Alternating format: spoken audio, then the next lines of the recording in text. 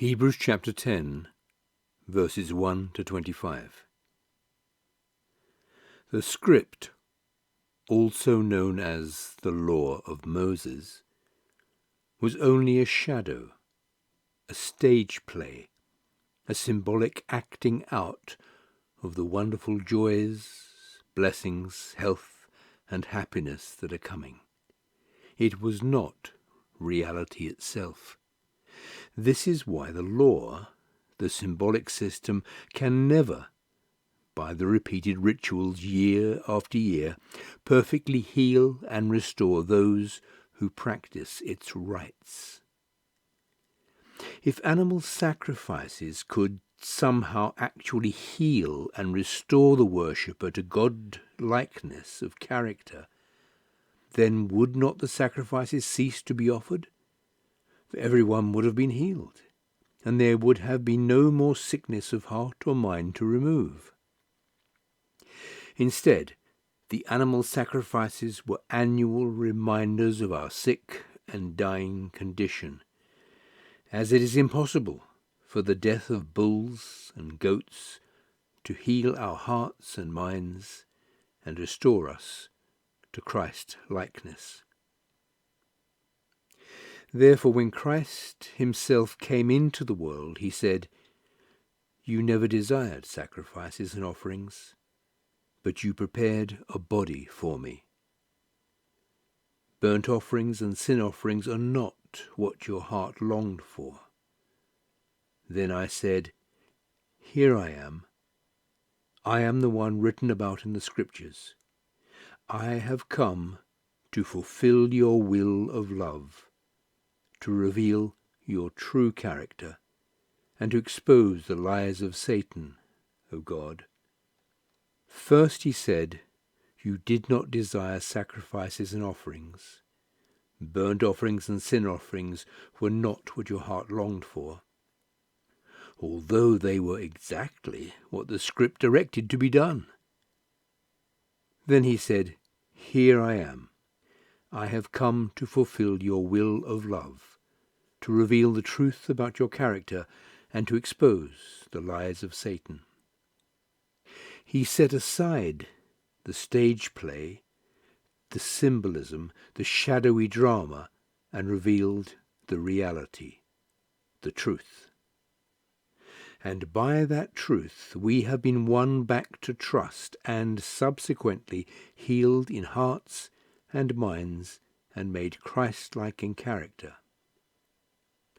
All this was made possible by one single event, the loving self-sacrifice of Jesus Christ, whereby he overcame selfishness with love. Day after day, earthly priests stand and act out their part in the religious drama.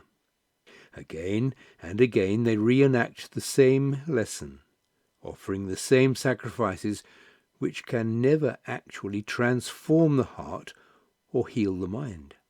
But Jesus Christ voluntarily sacrificed himself once, and that one sacrifice was sufficient to achieve remedy for sin. And having achieved the remedy, he resumed his place at God's right hand. Now he waits for the day when even his enemies will bow before him, because by his one self-sacrifice he actually transforms and perfectly heals those who are being made holy.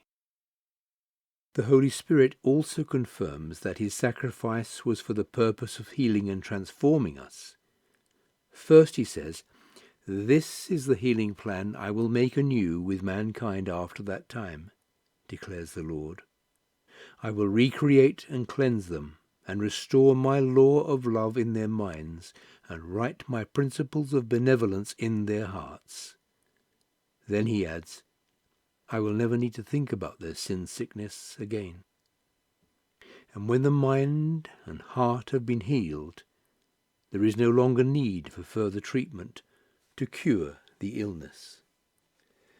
Therefore, brothers and sisters, since Jesus died to bring us the truth about God, and to eradicate selfishness from humanity, we no longer need to be afraid, but can confidently enter the most holy place, God's very presence. Because Christ's death revealed the truth about God and ripped open the veil of lies told by Satan that blinded our minds and destroyed the infection of selfishness that separated us from him. And since we have this great ministering priest who ministers the truth to all, let the truth permeate us, cleansing, transforming, and changing us as we draw near to God in heart, mind, purpose, method, principle, and character, so that we may have ultimate confidence and trust in him who has revealed himself to be completely trustworthy. And think constantly how we can work with God to help each other to grow in character, to be like Jesus. Don't stop meeting together, as some have done, but continue to encourage each other, and do so even more as you see the day of our ultimate deliverance approaching.